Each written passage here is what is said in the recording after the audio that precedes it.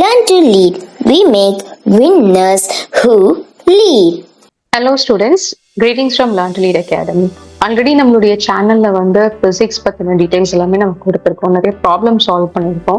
இப்போ நெக்ஸ்ட் நம்மளுடைய NEET 2025 எக்ஸாம்க்கு பிசிக்ஸ் நம்ம வந்து எப்படி ப்ரிப்பேர் பண்ணலாம், என்னென்ன பாயிண்ட்ஸ் வந்து நம்ம ஞாபகத்துல வச்சுக்கணும் அப்படின்ற டீடைல்ஸை நம்ம சொல்ல போறோம். ஏன்னா நிறைய ஸ்டூடெண்ட்ஸ் வந்து என்கொயர் பண்றதே பாத்தீங்கன்னா they are down with physics. எனக்கு பிசிக்ஸ் தான் கஷ்டமா இருக்கு, பயாலஜி நான் படிச்சிருக்கேன், கெமிஸ்ட்ரியும் என்னால 30+ கொஸ்டின்ஸ் அட்டென்ட் பண்ண முடியுது, பட் பிசிக்ஸ் பொறுத்த அளவுக்கு எனக்கு 20 கூட என்னால டச் பண்ண முடிய மாட்டேங்குது.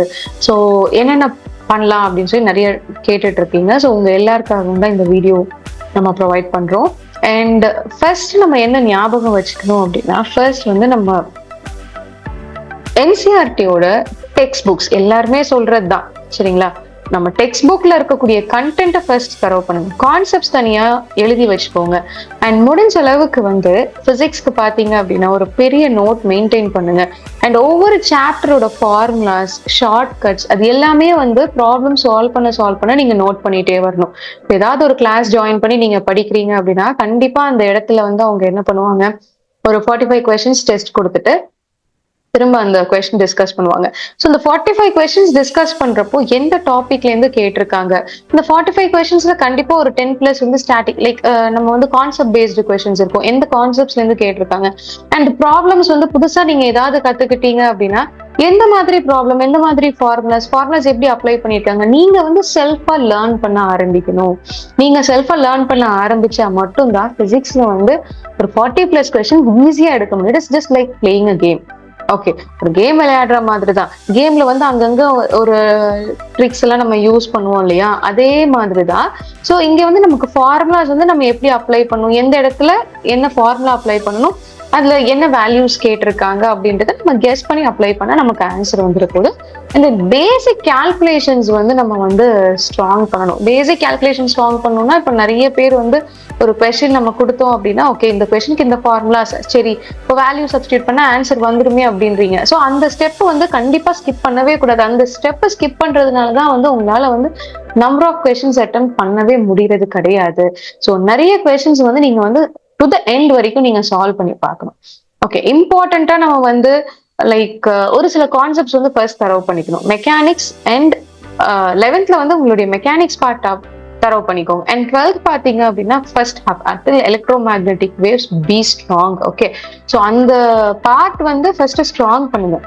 ஓகே, இப்போ கரண்ட் 12th ஸ்டூடெண்ட்ஸ் வந்து நீங்க உங்களுடைய 12th சிலபஸ் வந்து ஃபுல்லா நீங்க ஸ்ட்ராங் பண்ணாலே மினிமம் ஒரு 15 கொஸ்டின்ஸ் நீங்க வந்து கேரண்டீடா அட்டென்ட் பண்ணலாம்.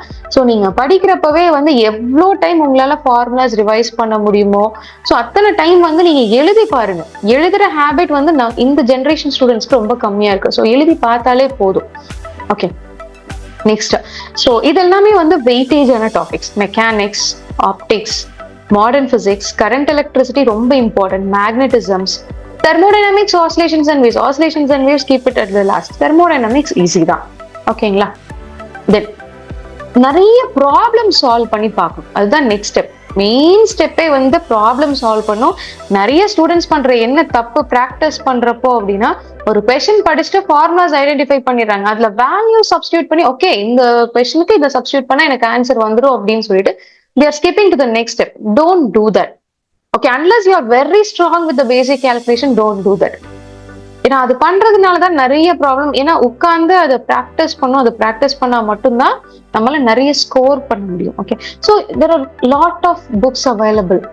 ஓகே, நிறைய கொஸ்டின் பேப்பர்ஸ் நெட்ல இருக்கு.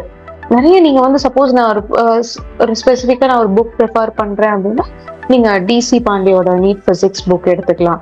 Okay, and objective physics by Dinesh, இது எல்லாமே வந்து ப்ராப்ளம் சால்விங்க்கு நல்லா இருக்கு. ஸோ இதெல்லாமே நீங்க ரெஃபர் பண்ணிக்கலாம். அது போக நிறைய மெட்டீரியல்ஸ் வந்து நம்ம நெட்லயே அவைலபிளா இருக்கு. Okay, and previous year question papers எடுத்து சால்வ் பண்ணி பாருங்க, ஒர்க் அவுட் பண்ணுங்க. ஸோ நீங்க எந்த அளவுக்கு சால்வ் பண்ணி ஒர்க் அவுட் பண்றீங்களோ அந்த அளவுக்கு வந்து உங்களால வந்து பிசிக்ஸ்ல வந்து ஈஸியா சூப்பரா மார்க் வாங்க முடியும். இட் இஸ் வெரி ஈஸி, ரொம்ப டஃப் எல்லாம் கிடையாது.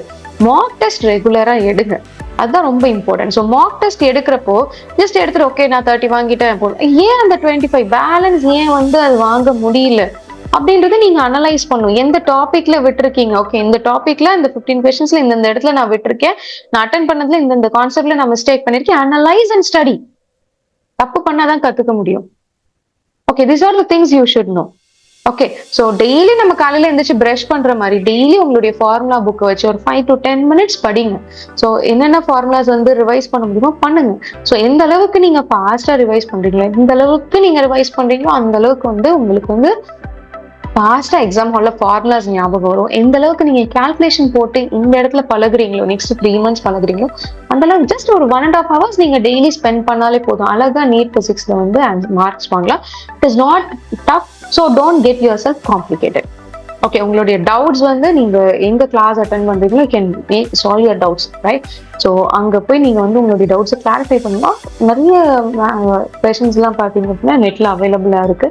So you can also work out. Okay, so daily வந்து நான் சொன்ன மாதிரி ஒரு 1 hour 2 hours spend it for physics.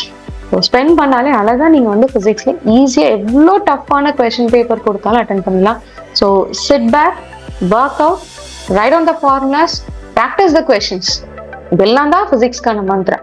So இதெல்லாம் நீங்க ரெகுலரா பண்ணீங்க அப்படின்னா பிசிக்ஸ் டஃப்பே கிடையாது, ரொம்ப easy.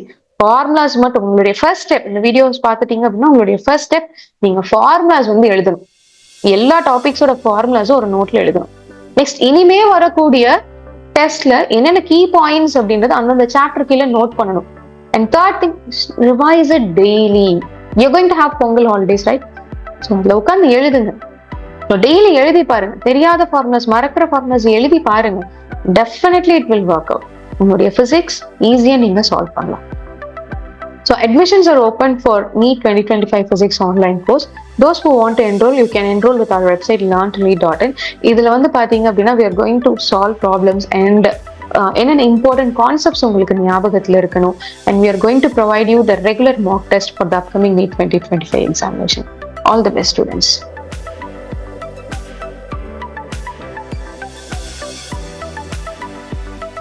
Don't forget to subscribe our channel and also share this video with all your friends. I'll come back with another interesting video based on physics. Bye. Learn to lead. We make winners who lead.